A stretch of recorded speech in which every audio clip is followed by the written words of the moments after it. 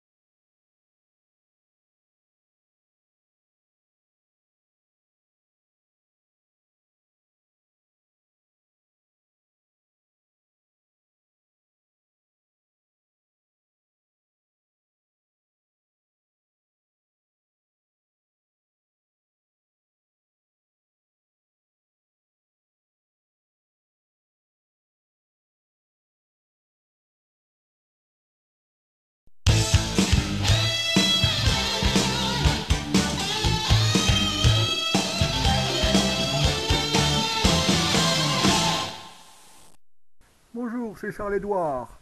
La Fédération française de football ne verse qu'un chèque de 32 000 euros à Domenech.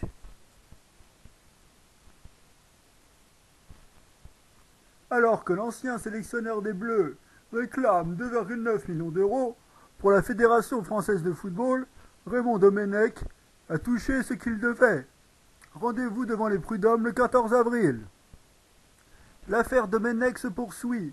En attendant l'audience de conciliation entre Raymond Domenech et la Fédération française de football, le 14 avril prochain au Conseil des prud'hommes, l'ancien sélectionneur des Bleus a reçu un chèque de 32 000 euros de la part de son employeur, un montant qui correspond, selon la FFF, à la période de qualification de la saison 2009-2010, soit de juillet à novembre 2009, mais post-qualification, il n'a rien touché. Raymond Domenech a touché ce qu'il devait. Il n'y a pas d'ambiguïté là-dessus. Il n'y a ni faveur ni défaveur. Il a été traité comme tous les joueurs, affirme Fernand Duchossois. L'entourage de Raymond Domenech, qui avait contesté il y a 2 semaines le solde de tout compte lié à son licenciement, atteste fermement ce montant. Nous n'allons pas être d'accord, a annoncé de son côté le conseiller en communication de Raymond Domenech, Pascal Iratorza. Nous avons dénoncé le solde de tout compte et les prud'hommes seront saisis au même titre que le licenciement abusif. On va déposer des conclusions. On reprendra tous les griefs avec en plus le solde de tout compte dénoncé.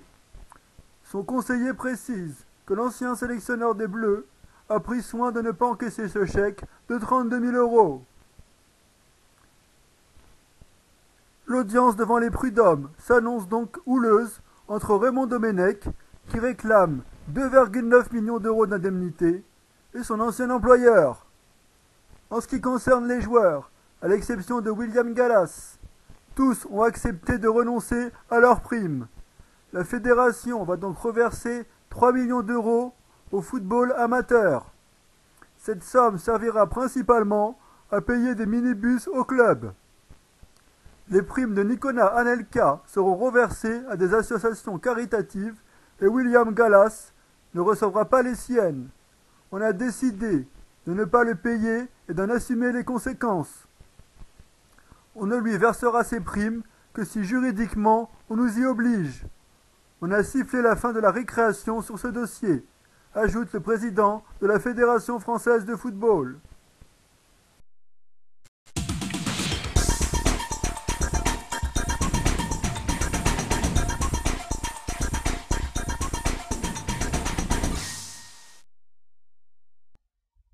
Et voilà, si Rachid y revient. Alors aujourd'hui je vais vous présenter les vidéos de l'Izumin. Et cette vidéo, elle a fait plus de 7 millions de vues. 7 millions de vues en une semaine, c'est vraiment énorme. Alors c'est Zinedine Zidane tout simplement.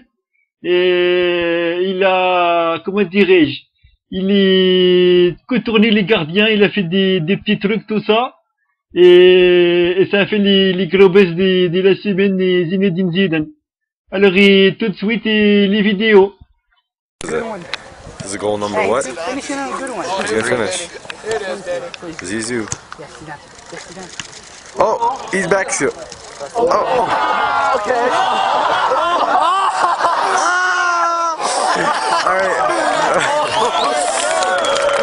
Oh my God! I fucking missed that video. You got it. Oh my God! I got it. Oh my God! I should just. Oh my God!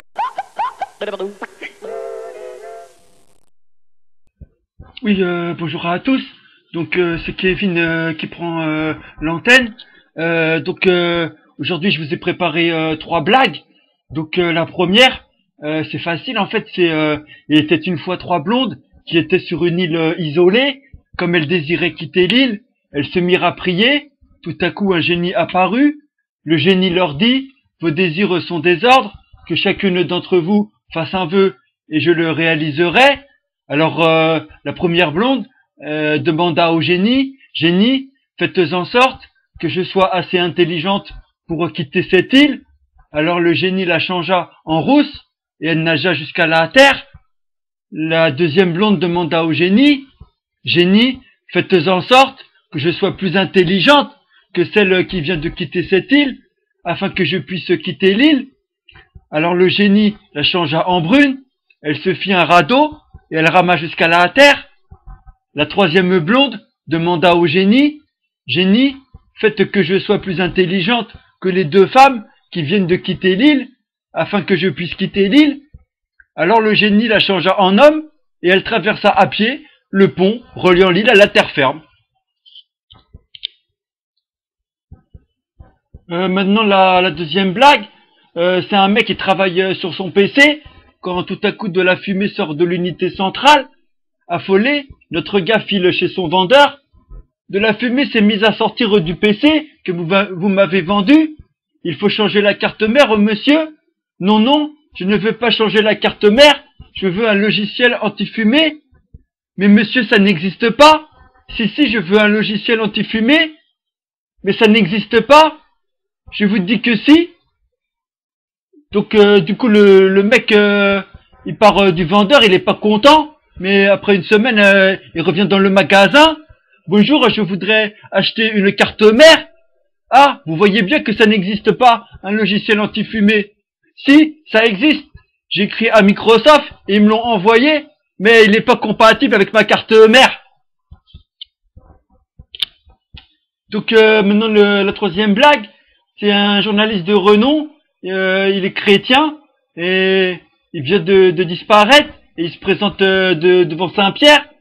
Il remarque, installé derrière le maître des lieux, une douzaine d'horloges sous lesquelles figurent des noms, genre Jacques Chirac, Jean-Paul II, tout ça. Curieux de nature, il n'hésite pas à demander à quoi servent toutes ces horloges étonnantes, Saint-Pierre. Saint-Pierre explique aimablement, ce sont les horloges de vie de tous les hommes importants de ce monde. À chaque fois que l'un d'entre eux dit une connerie, elle avance d'1 heure. Le visiteur remarque, le pape, Yeltsin, Chirac, wesh Netanyahou, Tony Blair, Yasser Arafat, tout ça, et même Bill Gates. Alors il pose une question, mais où est celle de George W. Bush? C'est pourtant l'une des personnes les plus importantes de la Terre. Et Saint-Pierre, il est un peu confus tout ça, et il répond, oui, ne le répétez pas, mais je l'ai installée sur mon bureau, elle me sert de ventilateur. Bon voilà, c'était ces 3 petites blagues que j'ai préparées comme ça, vite fait à l'arrache. Donc c'était Wesh Humour News numéro 8. Donc je vous dis à la prochaine dans Wesh Humour News numéro 9. Allez, wesh les gens, bye bye, salut.